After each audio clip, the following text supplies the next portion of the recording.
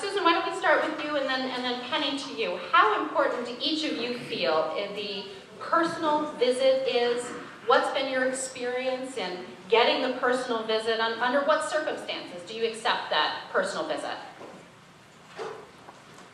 Well, I would like to say that the personal visit is obviously critical in the forming and developing and sustaining of a relationship with any corporation. But what I'd like to emphasize is that definitely should not be your first step in trying to communicate with our company or any of them in our industry. I would recommend strongly that you initiate contact through networking and participating in the STEM communities of practice that are starting to form around the country.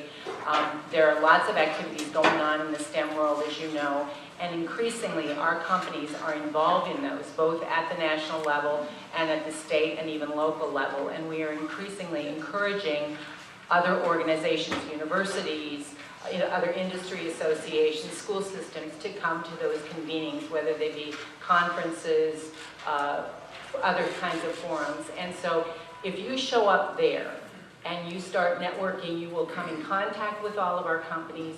You will create more credibility for your programs by being part of that broader community. And that's the way to get the conversation going. And it can ultimately lead to an invitation to come meet with us or to a very comfortable way for you to make that request.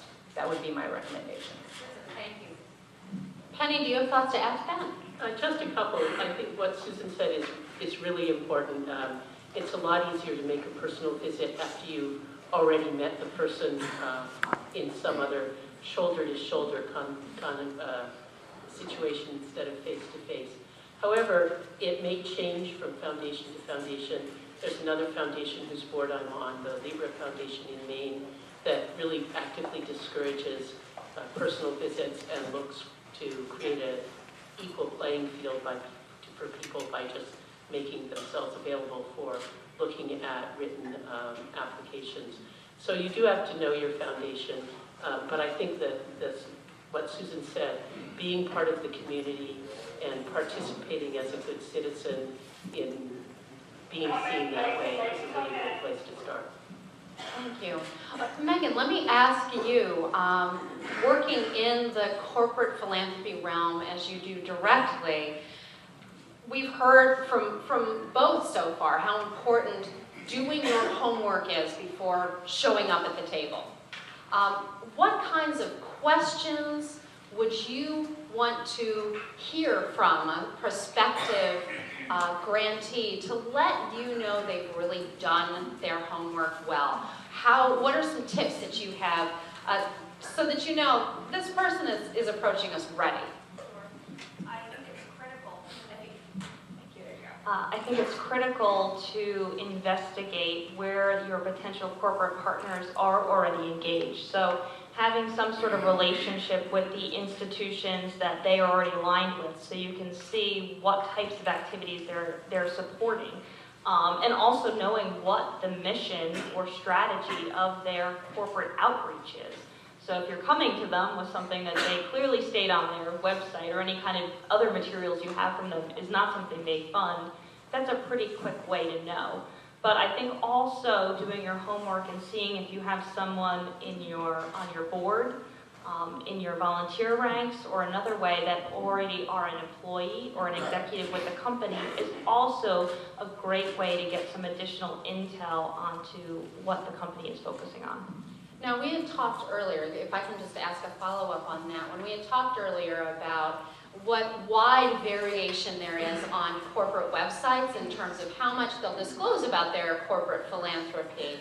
Do you have any recommendations? If we go to your site and find very little, are phone calls welcome? Are additional outreach, is that welcomed generally? Or should people really be looking to find those board connections or those corporate connections into leaderships that they may have?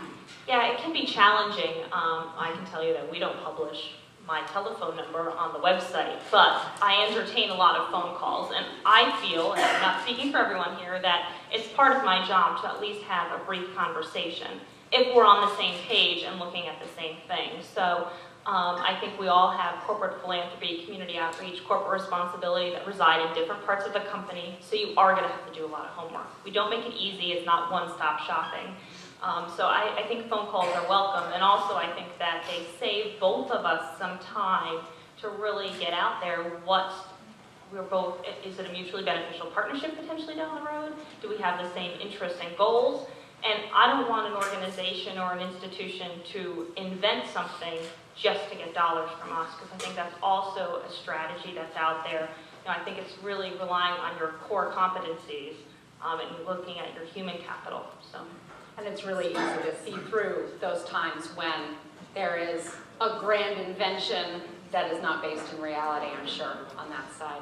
Is there anybody else who wanted to speak to that follow-up question that I had? I think I'd just like to add that you might also be able to find information about what a company's priorities are in terms of its philanthropy by looking at a report that they often published annually called the Corporate Responsibility Report. And that could be part of their annual report, or it could be a separate report, and they're often on their website. So you can go to that website and kind of get a sense of the kinds of things that they're interested in. I would say that, generally speaking, you have some advantage in that you're dealing in a subject that is critically important to every company, and why we're all up here is that we're very much interested in education, and it's the topic du jour across the country. So you have some advantage in at least approaching a company, big ones like ours, but even more importantly, probably small companies in your community, about how valuable that the product that you're producing is to them. Thank you, John.